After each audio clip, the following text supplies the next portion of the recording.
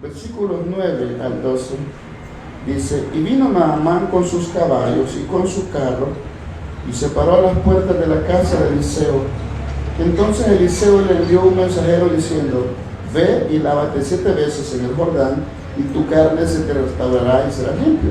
Y Naamán se fue enojado diciendo: he aquí yo decía para mí, saldrá él luego, y estando en pie invocará el nombre de Jehová su Dios, y alzará su mano y tocará el lugar y sanará la lepra. Habana y Farfar, ríos de Damasco, ¿no son mejores que las aguas de Israel? Si me lavaren ellos, ¿no seré tan limpio? Y se volvió y se fue enojado. Hasta ahí dejamos la lectura. Las 5 enfermedades de Naamán. Así hemos titulado esta enseñanza. Podríamos decirnos por qué le puso las 5 enfermedades de Naamán. Si ahí dice la historia que Naamán solo tenía una enfermedad, que era la lepra, que para ese entonces la lepra no tenía cura, y la lepra era una enfermedad transmisible, que a usted lo tocaba y la lepra se le pasaba. Y creo que usted muchas veces ha escuchado hablar de la lepra. Y esta lepra,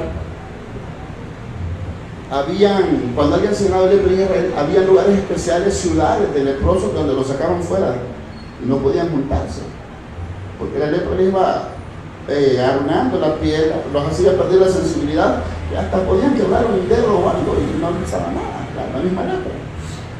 Pero la Biblia describe que este hombre tenía una lepra.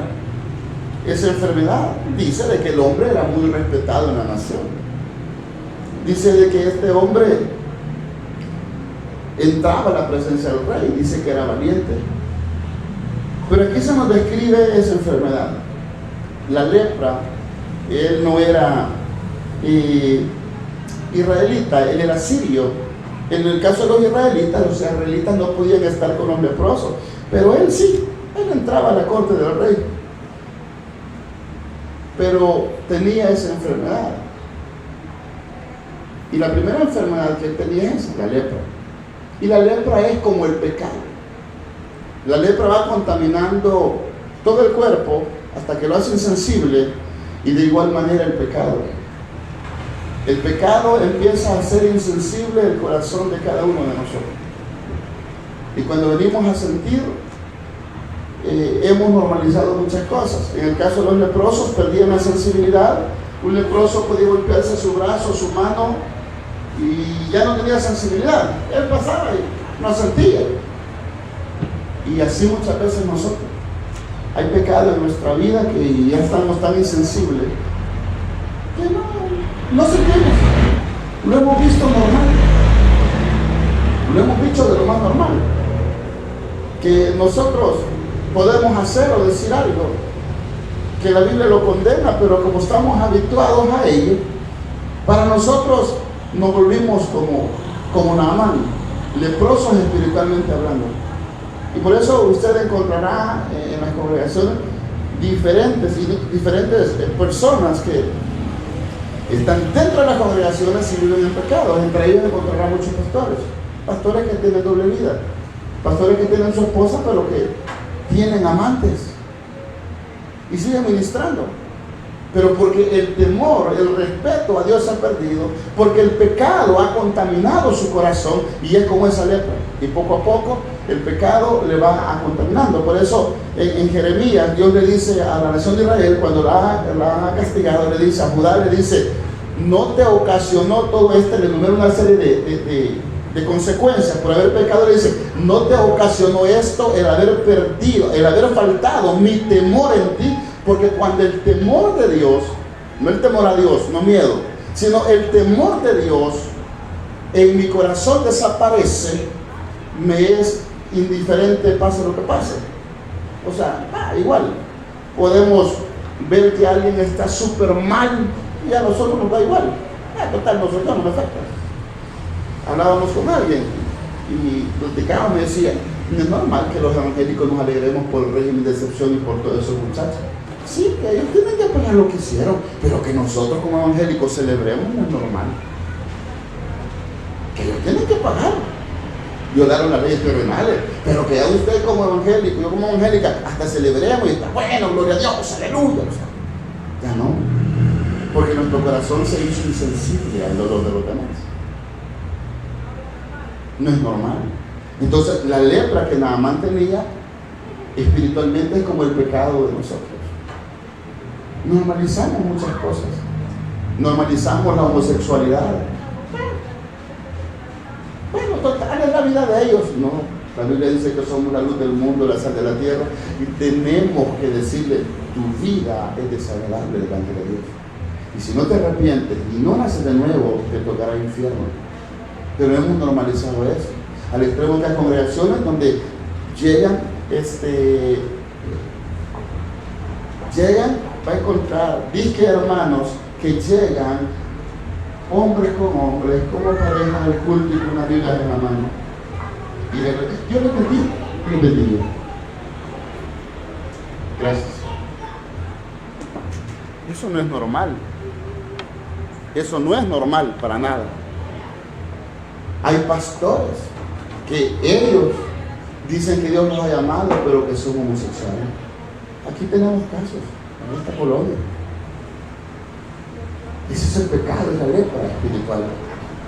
Y Naamán tenía una lepra física, pero también muchos de nosotros tenemos ese pecado, que ya no nos damos cuenta, que necesitamos sentir sensibilidad en nuestro corazón. Sentir la sensibilidad. Yo siempre he dicho, al homosexualismo hay que tenerle cuidado, porque esa es una conducta aprendida que se pasa. Eso se pasa. Ojo, los jóvenes, eso se pasa. A unos adultos. Eso no es alguien que nace así. Se aprenden ese tipo de conductas. El problema, como les repito, es que se han normalizado muchas cosas. Hoy se ha normalizado que la fornicación, el adulterio. Para nosotros no tiene que ser normal que veamos un hombre vestido de mujer ahí prostituyéndose. No, que hasta nos reímos. Tendría que dolernos eso. ¿Pero por qué? Porque nosotros hemos permitido que el pecado se meta dentro de la iglesia. Muchos de nosotros. Primero dejamos que se metiera en nuestra vida y luego dentro de la iglesia.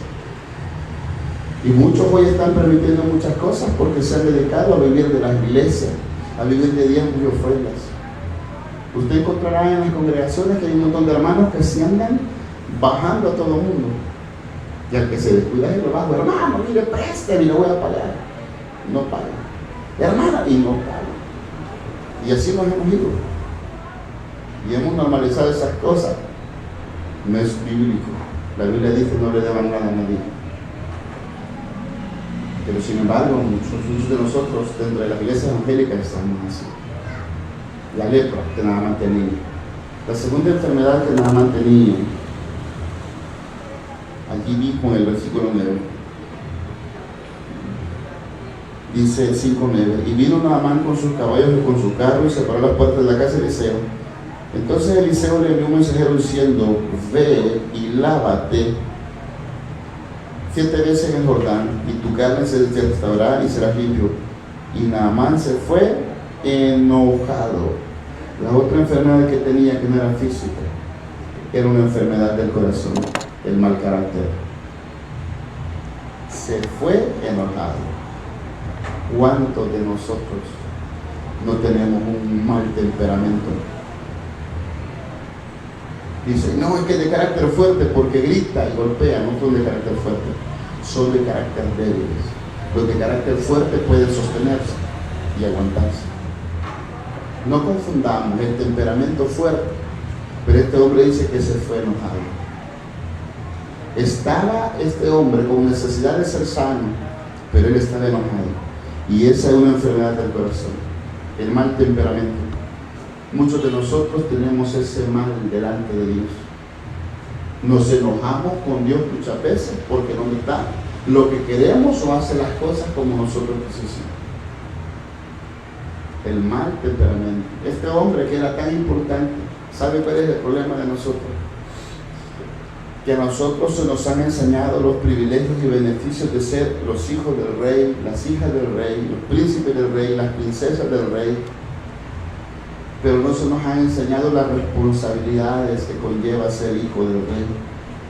¿Usted alguna vez ha visto la monarquía de Inglaterra, de otras monarquías? Ellos tienen responsabilidades dentro de su ámbito. Tienen protocolos que siguen, que ellos no pueden violarlos. Cada uno de la monarquía, porque ellos tienen responsabilidades por ser hijos del rey. Nosotros también tenemos responsabilidades como hijos del rey.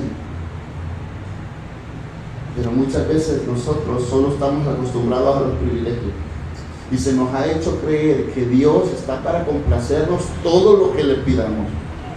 Y a muchos ¿sabe cuál es nuestro problema? Que nuestros padres nos criaron que aunque nos portáramos mal, nos daban aquello.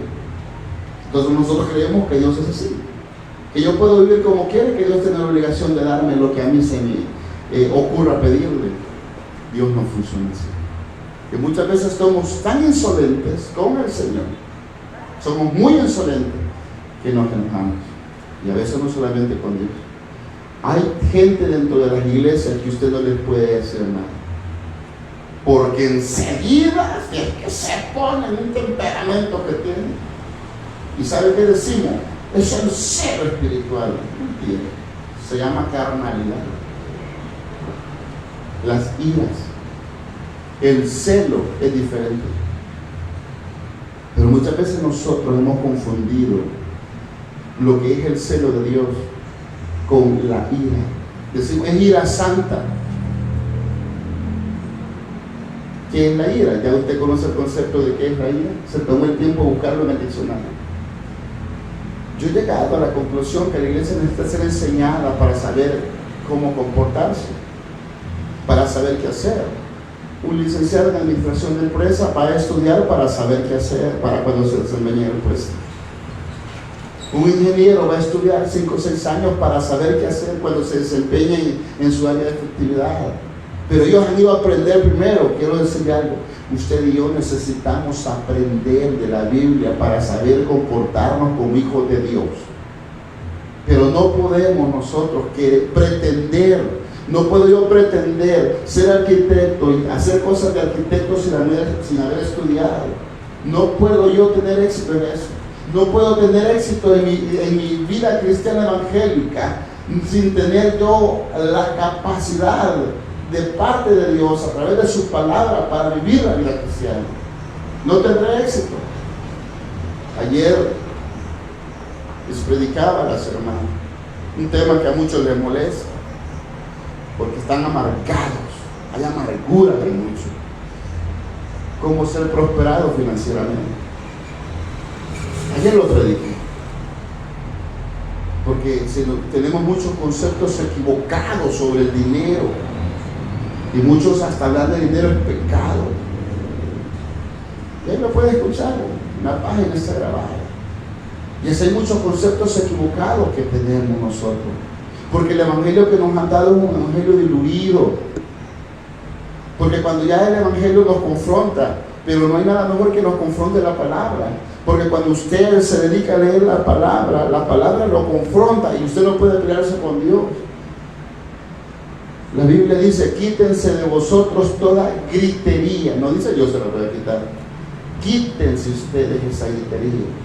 Enojo, ira, amargura, yo me la quito. No me la quita Dios, eso yo me la quito. Pero ¿cuántos cristianos habemos hoy en día? Enojados, con amargura. Tenemos esa enfermedad del corazón, como este hombre Naamán tenía esa enfermedad del corazón. Enojado. Porque no le dieron, hicieron las cosas como él quería, se enojó con Dios, con Eliseo. Yo, el gran Naamán, yo, aquel que soy valeroso a los ojos humanos. Y muchas veces nosotros tenemos un concepto equivocado de nosotros mismos. Son pocos los hijos de Dios que llegan a suplicarle al Señor. La gran mayoría está declarando, decretando. No han comprendido el evangelio de Cristo.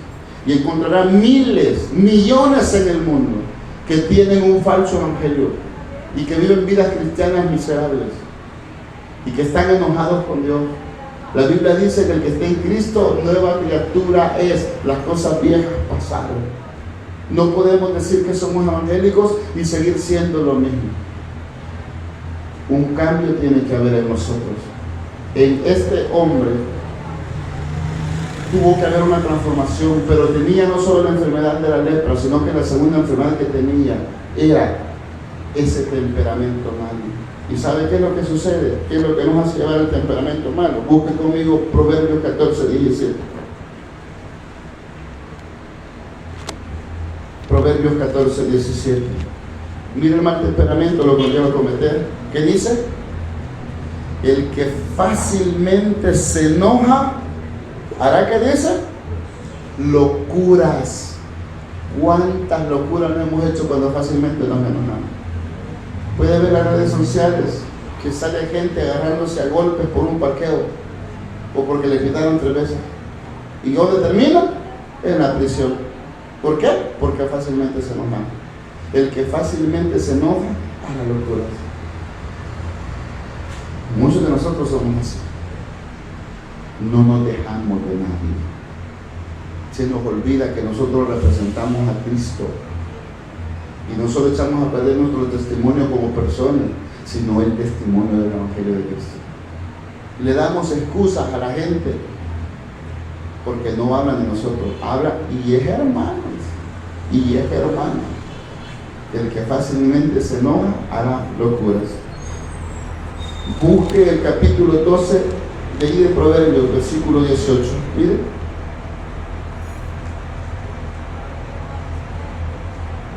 (18:1) dice: hay hombres cuyas palabras son como golpe de espada.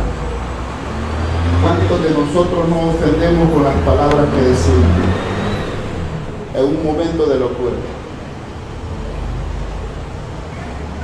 Yo aprendí algo hace como 25 años, que mi esposa me lo dijo en una ocasión: las palabras duelen más que los golpes. Y muchas veces por nuestro enojo, por nuestro mal temperamento, ofendemos a muchos. Ofendemos a mamá, ofendemos a papá, ofendemos a hermanos, ofendemos al suegro, a la suegra, a los hijos, a los abuelos, ofendemos por nuestro mal temperamento. Y nada más era ese tipo de hombre. Dice que se fue enojado porque no le hicieron lo que querían. ¿Acaso Eliseo tenía la culpa que él fuera leproso? No. Si usted y yo estamos en un problema económico y los demás no tienen culpa, ¿por qué tenemos que enojarnos con los demás? Es nuestra falta de comunión con el Señor. Tenemos culpa. Sencillo. Proverbios 29, 22. Vea lo que dice. Estamos hablando sobre el problema del enojo,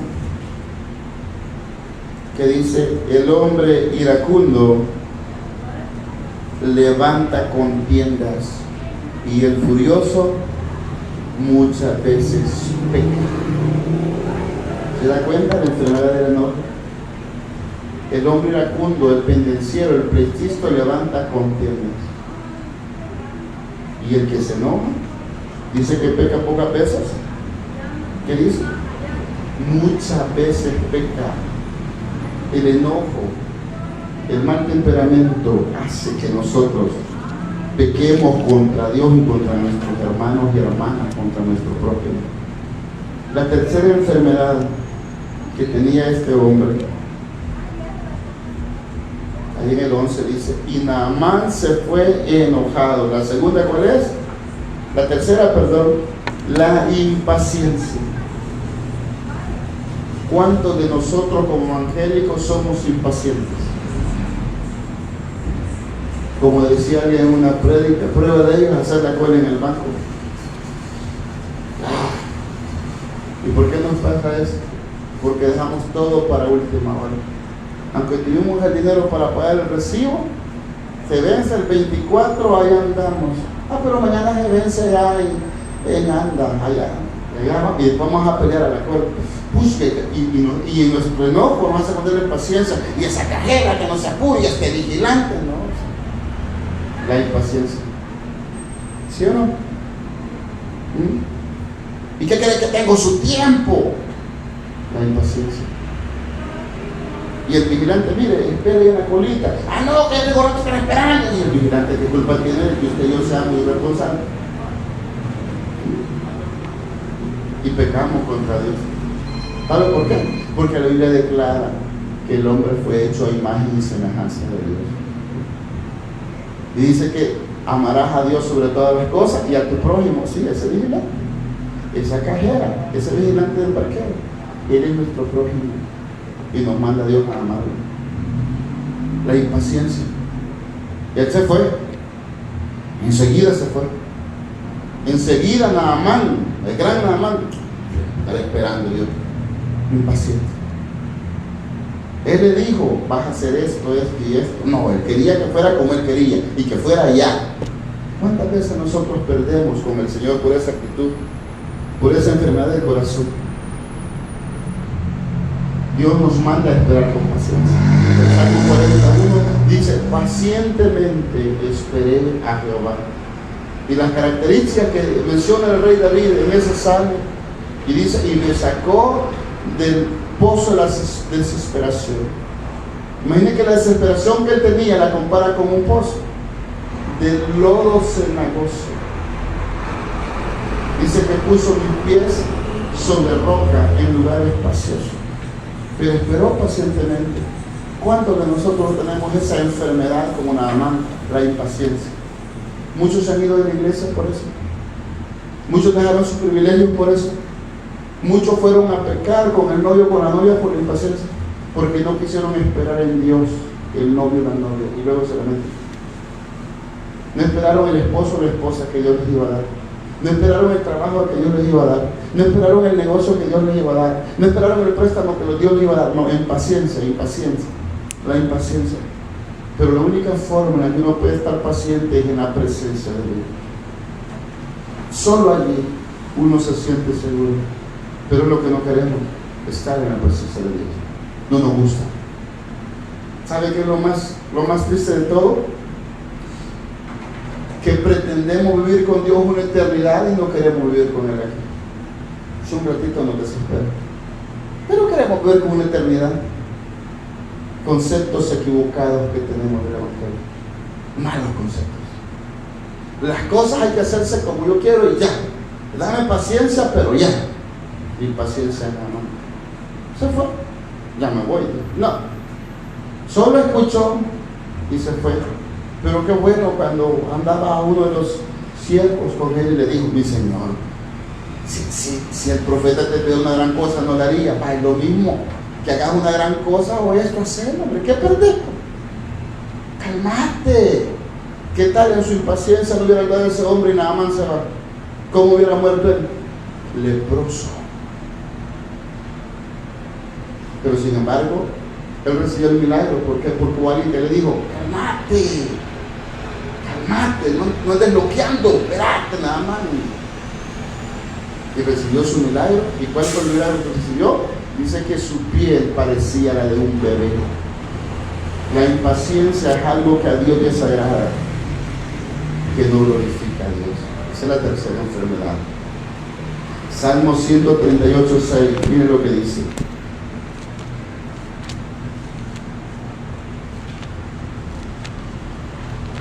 Salmo 138:6.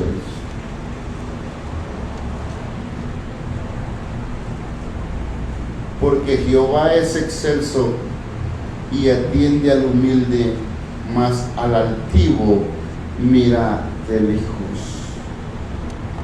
Lejos de tener impaciencia, lo que necesitamos es humildad.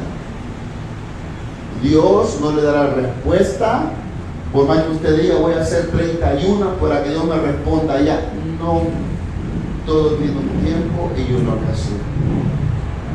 Yo voy a orar 15 horas, 5 horas diarias para que Dios me responda. No, Dios va a actuar cuando Él quiera y como quiera. Llegar a comprender eso, llegar a tener la madurez para esperar.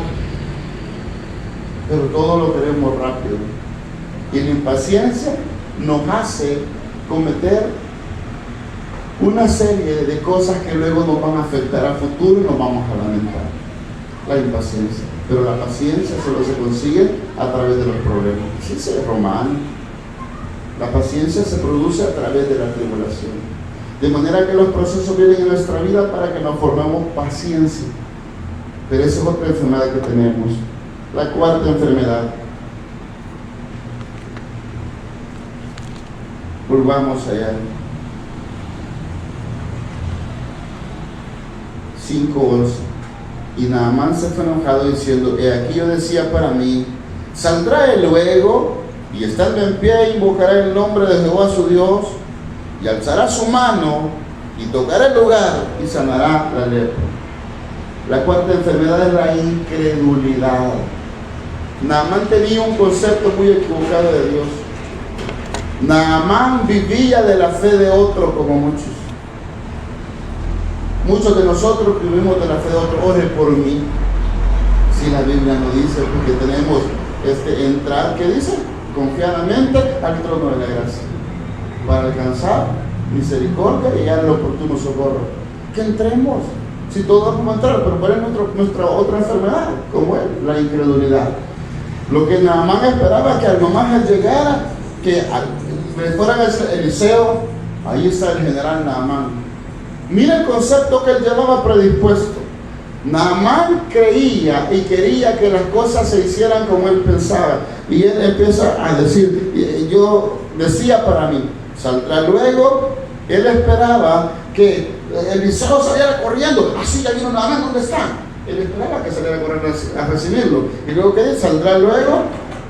Y él, estando en pie, hasta la forma que tenía que pedirle a Dios, e invocará el nombre de Jehová su Dios, y alzará su mano y tocará el lugar y sanará. Él esperaba que Eliseo saliera, y luego que saliera, él invocara a Dios, levantara su mano, y luego le pusiera la mano. En la mente de Naamán, él esperaba que las cosas se hicieran como él había predispuesto. En la mente de él. Muchos de nosotros estamos así. Queremos que las cosas se hagan como yo pienso y como yo quiero. Pero ¿por qué sucede eso? Por la incredulidad que él tenía. Él no tenía la fe suficiente. Tenía que recurrir a Eliseo. En él se entiende, porque no conocía a Dios. Pero nosotros, que tenemos el Espíritu Santo, los que ya nacimos de nuevo, que tenemos la Biblia, que tenemos el ayuno y tenemos la oración. Ore por mí, porque Dios a usted lo escucha. Si a usted también lo escucha, ¿por qué no lo escucha? A mí varios me han dicho, ore por mí. Es que a usted Dios lo escucha. No, si a usted también lo escucha. Si Dios a todos nos escucha, que no a todos nos atiende diferente. Son cosas, pero ¿por qué no me atiende Dios? Es que sabe que es el problema, como que decimos a Dios, mire, cree que puede, hable usted ahí con el jefe, porque como usted como usted está bien con él, o usted lo va a escuchar. No, hermano, esto es una fe personal. Ore por mí. No, usted ore por usted. Ahora, acérquese, si la Biblia nos manda a entrar confiadamente. Pero ¿por qué no oramos? ¿Por qué andamos buscando que otro ore por nosotros? Porque sabemos cómo vivimos, hermanos. Y nosotros creemos que, pues sí, como este es mi favorito, mi hijo, porque pues estamos en eso. Entonces, vaya, por favor lo voy a hacer. No. Pues por voy a perdonar los pecados de él o de ella. No. Es mi fe, y la fe viene por el oír. ¿Por el oír qué? La palabra de Dios. Está bien que usted diga, ore por nosotros, pero también usted ore. Pero muchas veces pedimos oración, nosotros no oramos nada y queremos que Dios nos responda. Por la otra enfermedad, la incredulidad. Juan 11:40, ¿qué dice? Ahí nos enseña a no vivir de la fe de otro. Evangelio de Juan 11:40. Mire lo que dice.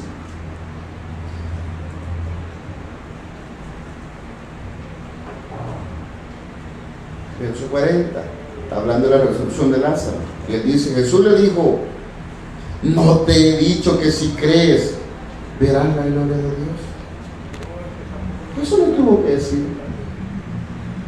No te he dicho ya que si crees, verás la gloria de Dios. Y Dios nos dice en esta noche, no te he dicho que si oras y vives para mí, yo voy a responderte y yo voy a hacer mi voluntad en tu vida. ¿Por qué no hemos buscado que otros oren por nosotros? No te he dicho que si crees. Pero ¿por qué no creemos? Porque no hay tiempo para la Biblia. Nos llenamos la mente de un montón de cosas que no edifican. Mire, cuando usted conoce la Biblia, se lo digo por experiencia, amar un mensaje a mí no se me dificulta. Porque así, el mensaje de ayer me lo dio en 5 minutos el Señor. Biblia, el Espíritu Santo me lo dio ayer. Que predico, Señor, porque tengo un sermón, pero que predico. Dame el mensaje que ellas necesitan oír. Y enseguida, esto y esto. Los 4 puntos, los versículos, porque lo conozco, porque lo tengo en mi mente. Entonces, ¿cómo Dios nos puede ayudar? ¿Cómo nuestra fe va a crecer? Si nosotros no tenemos Biblia en la cabeza. Ese es nuestro gran problema de la iglesia evangélica hoy en día. Antes a los cristianos los perseguían por leer la Biblia. Ahora hay que perseguirlos para que la lean. Sí, así era para las catacumbas, a los que leen la Biblia, mátenos. Ahora no, hoy uno se mata con tal de que lean la Biblia. Ay, que bien aburrido. Sí. Esa gente, por eso era como era, tenía esa convicción, esa fe. Porque tenían experiencias frescas con el Señor, experiencias sobrenaturales. Sí, muchos de nosotros, lo que tenemos es experiencias sobrenaturales, pero con el demonio que no nos deja dormir. Ay, es que yo vi que un ruido y que sale un demonio ande ahí. No tenemos experiencia con el Espíritu Santo. Y siente un viento de octubre, que sentí que me soplaron. Y ya no durmieron. Es que sentí que me movieron la cama. ¿Qué tal la mascota estaba debajo de la cama saltando? Es que algo pasó. Tuve experiencias sobrenaturales, pero con el demonio. Y a veces andamos tan mal que hasta cosas que no son demonios. La Duralita tronó el techo. ¿Qué pasó? ¿Será que alguien se anda despidiendo? No, lo caliente del sol, hombre, en la noche con el helado del sereno que está haciendo ese ruido. ¿Sí? Se cae una taza mal puesta. Algo pasó. Vi una sombra en la pared, la del gato quizás era, con la misma sombra. ¿Sí? Y decimos que son experiencias sobrenaturales, porque hay mucha incredulidad. ¿Sabe cuál es el problema de la iglesia evangélica? Le cree más al diablo que al Señor. Le cree más al diablo que al Señor. Tienen más convicción que el diablo les va a hacer algo que Cristo los va a defender o va a hacer algo por él. Así está la iglesia evangélica. ¿Por qué? Porque no conocen la Biblia.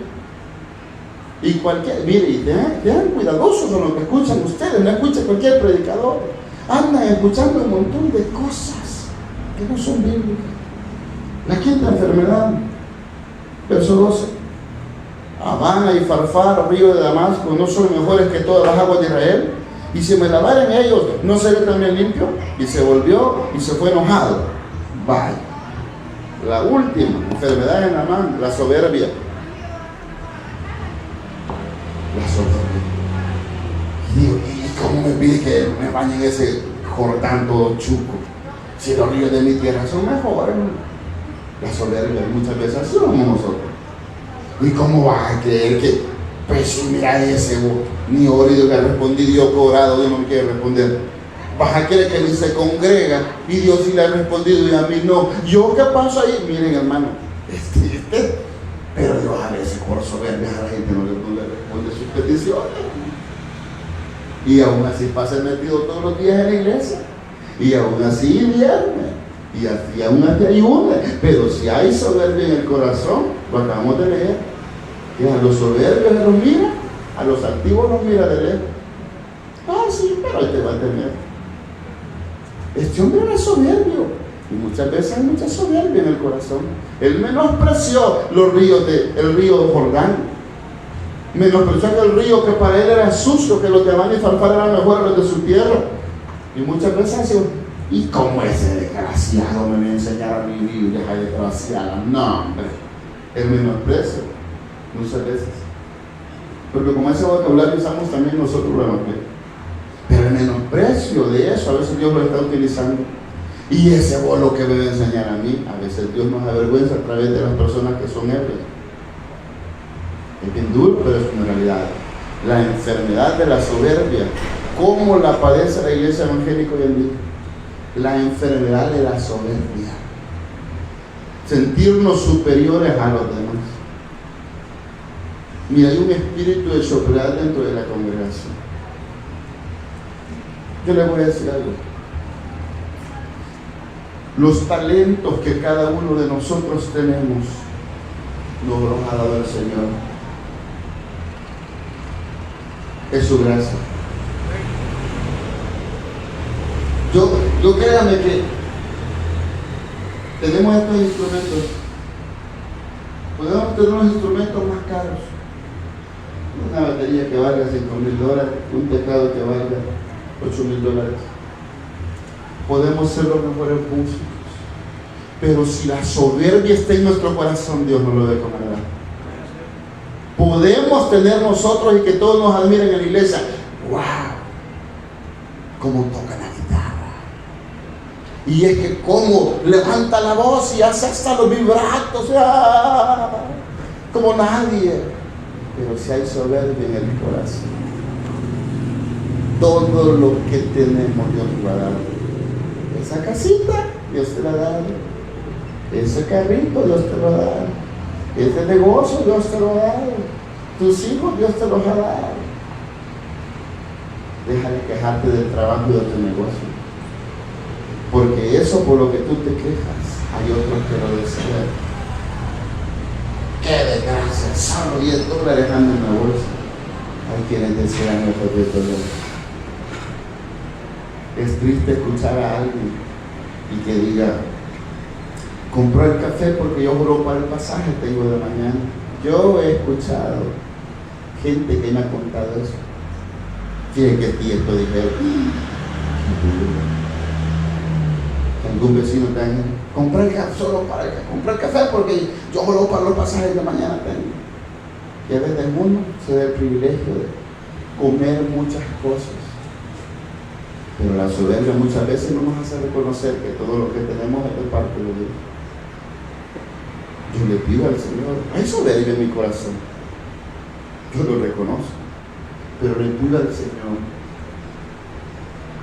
que me ayude. ¿Sabe por qué? Porque la Biblia dice que Él sabe humillar a los que andan con soberbia. Los medios de transporte que Dios me ha puesto en mi mano para que los administre. Dios sabe que no hay noche que yo voy a traer a mi esposa que yo pase llevando a alguien en las paradas de luz. Yo no tengo como que soy Uber, siendo de luz. ¿Para dónde va? A tal lugar. Si no tiene desconfianza, subes. Voy escuchando alabanza. Súbase. Y empiezas a platicar con personas de las que voy.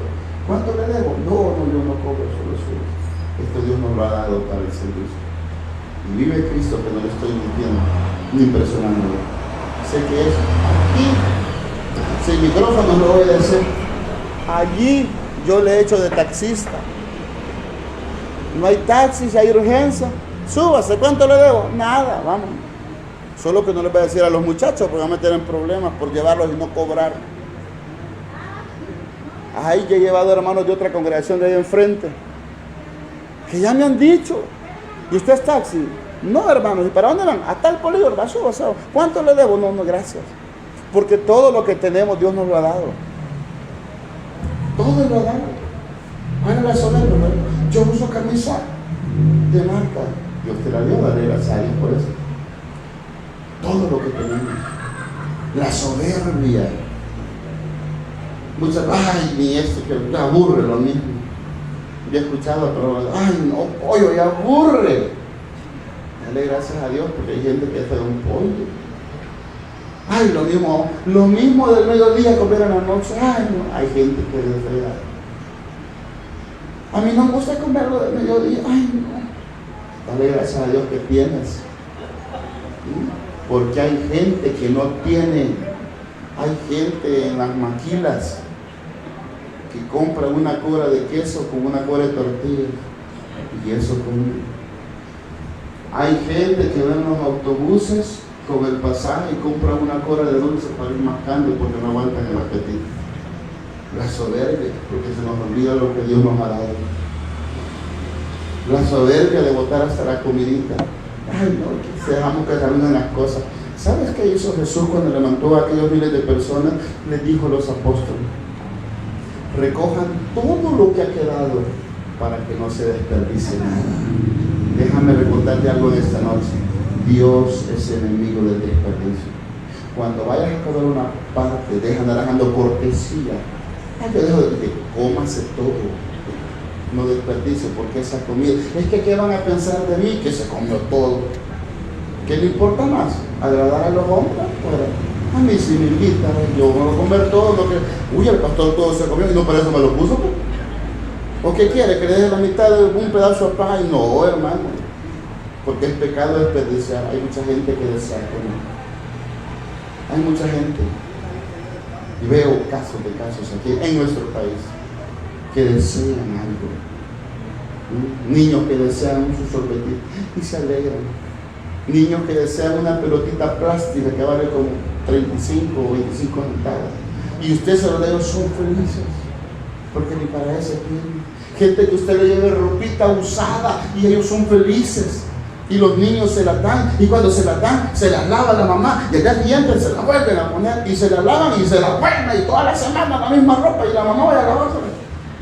Y aparece esa fotografía, pero ellos contentos, esa ropa que muchas veces nosotros menospreciamos, para ellos parece una bendición. Pero ¿qué nos hace sentir así? La soberbia. La soberbia. Porque no hemos llegado a los extremos que nos faltan muchas cosas. Este hombre era soberbio. Y esa soberbia, él esperaba que lo mandaran a los ríos que él deseaba. Dios no hará las cosas como queremos, las hará como él quiere. Y muchas veces se nos olvida. 5 enfermedades que Naamán tenía, pero esas enfermedades podemos tener en nosotros. El pecado que hemos permitido en nuestra vida, que nos va poco a poco insensibilizando. El mal temperamento que muchos de nosotros manejamos. Y sabe que es lo más terrible, hermano, que tendría que darnos vergüenza ser como somos, pero ¿qué decimos nosotros? Yo así nací, así voy a morir, hermano. Tendría que darnos pena delante de Dios. Si le gusta, bueno, pues. Y si no, que se aguante. El problema es la mala enseñanza del Evangelio, la impaciencia, la incredulidad,